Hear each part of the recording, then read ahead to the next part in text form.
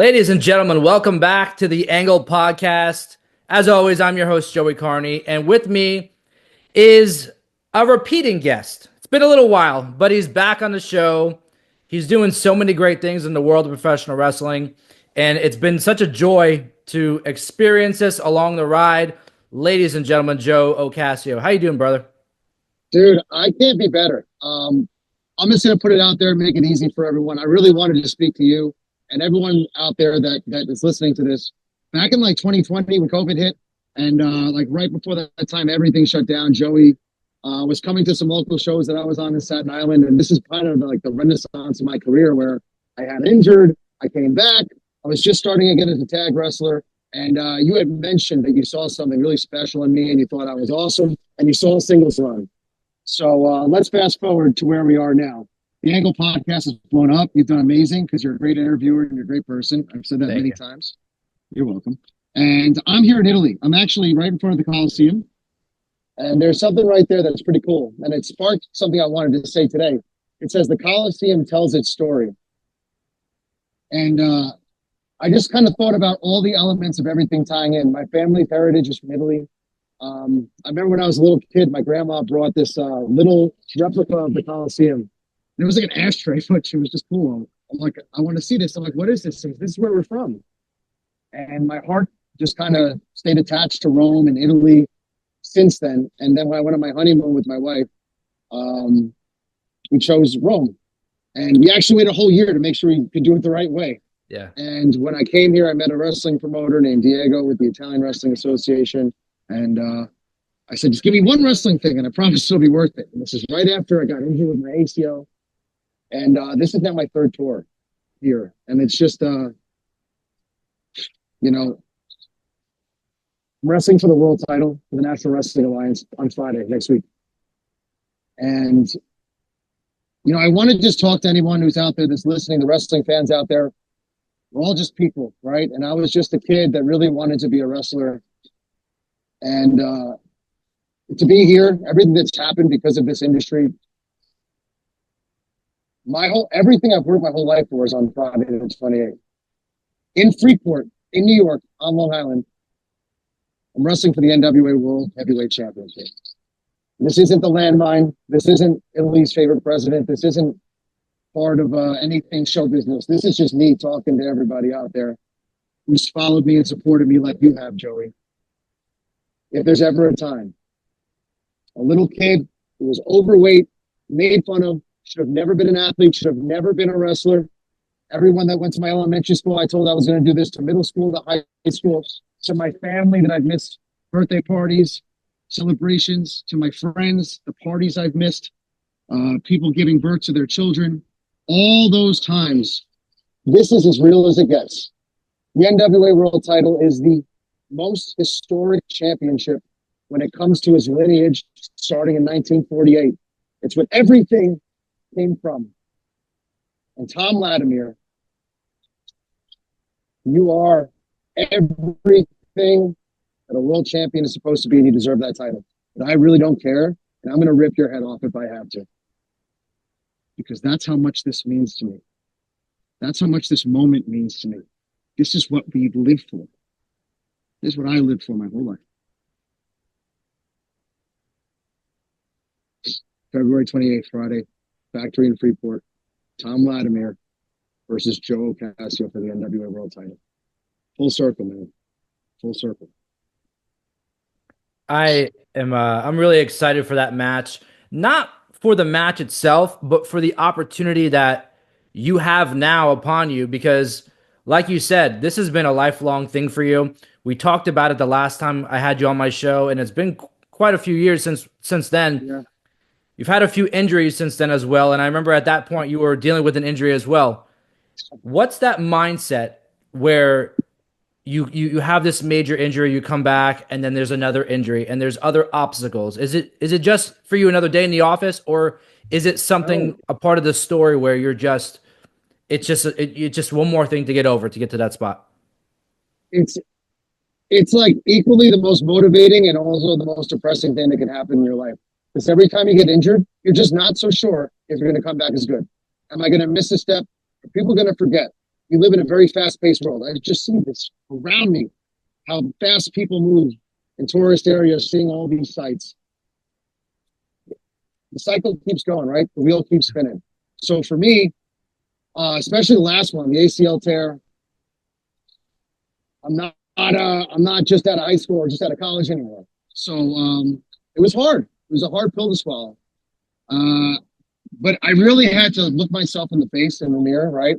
And I'm like, okay, when I come back to this from this injury, and I knew I would, I'm like, I need to give it 100%. And not just 100% physically, but I need to think outside the box. The things that I feel like in my head I should be doing, I should do it. Yeah. Like just content, right? There's like, I think we all have it, right? I'm sure you've had it, Joey, where it's like, I really should be recording something, but I just don't know if it's right. Is that good enough? And you start second guessing yourself. And then you wind up never doing it. I just started saying, F it. I'm just going to do it. And if I believe it, if I believe I belong there and I believe I'm as good as I am, the content I make end up being good. And if it's not, who cares?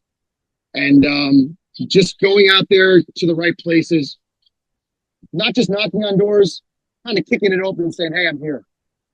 These are the things I felt I had to do. Because if I just went back to, oh, my opportunity will come, somebody will give me one, it's never going to happen. I need to make the opportunity. Yeah. I need to believe in myself 100%. This is the way of the world. And it made me train harder and it made me realize, man, like I came back from so many of these. I am unique. I am special and I do belong. And that's how I feel right now. All the scar tissue from the surgeries has built up a strong armor, strong enough that I feel like I know I belong with world championship gold around my waist. And I know there's nothing that I can't do. That's where it led me to. But it was a hard road to get there. And this road, I mean, we've talked about, like I said earlier, we talked about this the last time we talked. And there is such, I see it now just in the way you're speaking, such a boost in your confidence, an elevated like mindset. And I can definitely see, you know, some people who go through those injuries, sometimes they don't ever come back. Sometimes they let it overtake them, and sometimes they have no choice. In your case, you're using it as motivation. And that last time, or the first time that I ever saw you perform, you were wrestling under a tag team on Long Island. And if you look at the world of professional wrestling today, you have a star like Jey Uso, for example, who was a tag team star, and he broke out on his own. You now doing the same exact thing. Do you think that this is a new era in professional wrestling where it's not the guys that come in as the this is who's going to be the guy. It's those guys that are the workhorses that are putting in the time and the effort and keep evolving and elevating themselves, but also others. How do you think that that era now is, or the world of professional wrestling is different opposed to when you got in? Social media, to an extent, I think has changed things a lot. It's the understanding that there's like millions and millions and billions in some cases of people on social media with these different platforms. People need to know who you are and what you've been through. And I think there's a certain degree of like respect for hard work. And when you see people putting the work in, when you can follow the fact that, hey, this dude has been through hell and back, he's been through the muddy waters. When you look at somebody who's a tag team competitor that breaks out and finds a way to captivate the audience as a singles competitor, the way they did as a tag competitor, I think there's more of a light and an opportunity on people creating their own brands that there wasn't before. And when I went back to being a tag team wrestler, which I still love tag team wrestling, do not get me wrong, part of it was when I first got back in, my confidence wasn't there. I went through an Achilles tear and a bicep tear 2 weeks after I wrestled for Evolve for the first time. Yeah. And then when I came back from that, my momentum was like gone. It was like 2017. I busted my ass to get back, and it was like, oh, that's cool. And I felt defeated, and I let it defeat me. I did. And I really didn't come back until 2019. You saw me as a tag competitor. I almost needed a tag team partner as a crutch in a sense. Not that it was because I didn't believe myself could have been anybody. I would have felt like I need somebody there. Yeah. Now I don't feel like I need that. And that started to come out slowly after we spoke. I'm like, man, maybe, you know what? Maybe I'm pretty freaking good. You know, maybe I'm better than I'm giving myself credit for. Maybe it's still there. And it led to a world of changes. I went from being Jack Gallo to Joe Ocasio to trying new things, to implementing my real life and my fitness and being life changing, all the way to being from Long Island and finding a landmine that's been sitting there waiting to be detonated, which is who I really am, right? The guy that's like this, just, I like to think of it as there's this church in Trastevere. And if you go into this town, everything is like regular houses and it's normal. But then there's this big, beautiful, giant church that's almost as beautiful as the surroundings we have here in the city center. It's this piece of art and beauty that only the people in the town know about. But if it were to be compared to all those other giant structures in the same line, wow, maybe that church is the most beautiful.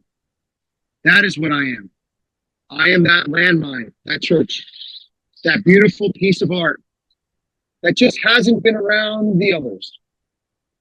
I just haven't been next to the others. That's as real as it gets. You're standing in front of the Coliseum, one of the most prestigious structures, buildings of all time. It's right in your grasp, and you're looking right at it. Yeah. The same thing goes for the NWA World Heavyweight I'm sorry, Championship. I'm wrestling for the world title. We'll talk later. Thank you. You're wrestling for the NWA World Championship, and you can kind of compare it to the Coliseum. It's the most prestigious world championship of all time in professional wrestling. At least I think so.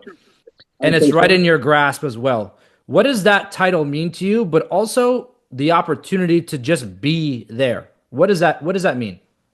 I'll give you exactly what it means. There's people in the shop. Why? Because that's how important this is. There's no way to avoid people walking by the Coliseum. There's no way to avoid the significance of what this is. As it crumbles, as it's ruins, as it's restructured, it is still just, it's poetry. That is the NWA World Heavyweight Championship. It doesn't matter what storms it's been through. It doesn't matter what you think. It is what is.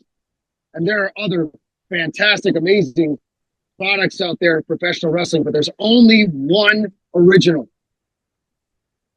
If I were to hold that champion, that's why I dress like a champion, man. Like, believing. I started doing exactly what I said I was going to do. Right? I remember back in 2013, I was invited to meet Bruno Sammartino. A whole bunch of wrestlers were asked, do you want to come hang out with Bruno Sammartino at the San Gennaro Festival? You know, some guys after they were getting paid, I said, wait a minute, you hang out with him? Yeah, you're going to be with him the whole day. You're our last hope. What? I'll be there. I came in a full suit.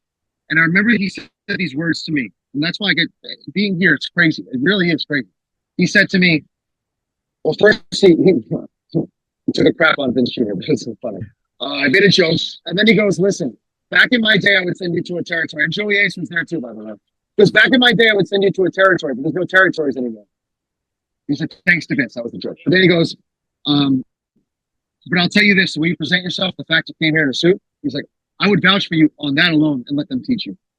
So when I got announced for the world title, I'm like, I better be a world champion before that title's around my waist. So to give you an even better answer, the way I see it, just the fact I'm in there for that championship has already elevated my game. And it will never change. I'm already another step ahead. And that's, after 15 years of doing this, the ups and downs, the ins and outs, the injuries, being bullied, all the success I've had outside of wrestling, this is it. This is it. And the fact that it's happening on Long Island, I mean, that it's a storybook feel, and this whole conversation feels storybook because you have the Coliseum behind you. Yeah. Our first conversation was when you were trying to figure out who you were, what and all these things, and full circle, you're here now. World Heavyweight Championship opportunity on Long Island. I mean, you can't write this stuff. It's fate. It's fate. you know? And Like, I'm excited for you, man. Anything that you have to say to the fans or even to people who are watching who don't know who Joe Ocasio is, what can you say to them and what can they expect from you in the future? I don't want to sound like a broken record, but I will put it like this. I think everybody has been through those moments of self-doubt. Everybody has had trials and tribulations, and they've had dreams and things that they've wanted to achieve. The only thing I can tell you is this. I was obese as a child. I was made fun of for loving wrestling. There really wasn't much of a direction that I'd be a high level athlete, let alone somebody competing for a world title.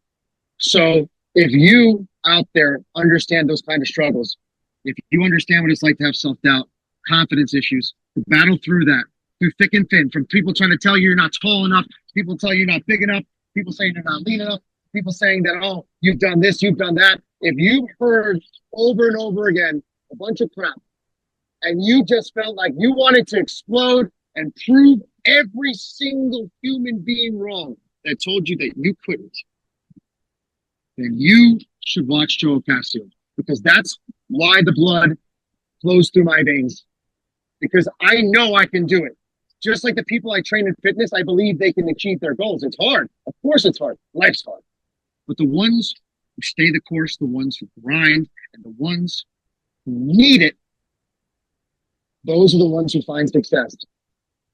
And if you want to walk in and see a landmine explode where no one believed it can happen, if you want to see a moment in history, you need to see on February 28th at the Factory in Freeport, Championship Entertainment Productions presents NWA on Tour. Joe Ocasio is going to headbutt Thom Latimer, pit him 1, 2, 3, and raise that title in front of my people, my friends, family, my life in Long Island. From a small town in East Meadow, I have made my name. I've given back to my community. I've done what I said I'm going to do. Now come witness it. Come witness history with me. I've met a lot of people in my time in this business, and the one thing that I look for in people is who is the real person behind the character. I've met a lot of people in this business from my start, really on Long Island, doing some stuff with you and others there, and then getting all the way to where I'm at today. And the one thing that I look for in people is like, who is the real person behind the work, behind the character? And that's what I really value most about what I get to do in wrestling. And I always put you at the top of that list because you have such an authentic personality. You bring that to your work, but also it's the work that you do outside of the ring. You know, you're training. You talk about being obese as a child, and you're a trainer. You're helping people defy those odds, the odds that you defied. And that speaks to absolutely nothing to the wrestling. It speaks to the person you are.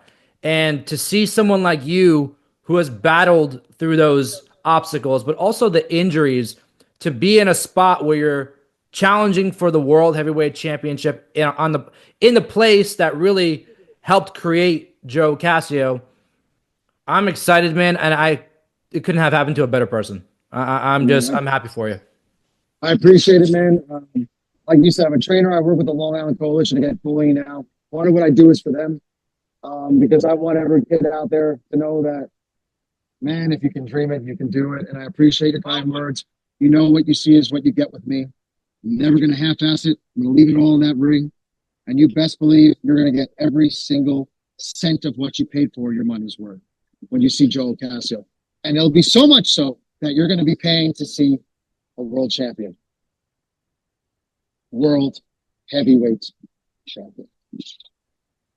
Believe That's a moment that I'm ready for. I know a lot of the fans, NWA fans, Joe Casio fans, pro wrestling fans, they always love good stories like that. You know, we're always talking about finishing your story. You get to finish your story February 28th, NWA World Heavyweight Championship against Thom Latimer. I'm stoked for it, man, and I'm proud of all the work you've done. Thank you, man. Everybody, welcome to the explosion, because Ocasio owns. and I will be world champion. And thank you, Joey, so much taking your time out to do this. This is incredible, and can't wait to make you proud. Joe, all the fans that are listening and watching right now, where could they go follow you and keep up with you and all the stuff you're doing? Yeah, so at Joe_Ocasio on Instagram, at Joe_Ocasio on Twitter, X, whatever it is these days. You can find me on YouTube at Joe Ocasio. Follow me on those platforms. I give a lot of good fitness tips as well on top of all my wrestling content. I might make you laugh, I might make you cry, I might make you mad, but I'll make you feel something, and you'll be entertained, and it'll be a great time. So definitely follow me. I love interacting with the people, so message me. Let's talk. I'd love to hear from you because that's the kind of person I feel like you should be, especially as a champion. And like I told you, man, in my mind, I live as a champion now. So come along for the ride. It's going to be a good time. Ladies and gentlemen, Joe Ocasio, thanks for making the time. Well, I know that you're all across the world right now, and I appreciate the time, man. Excited for you. I appreciate you. All right. Thank you so much, Joey. Appreciate you, man.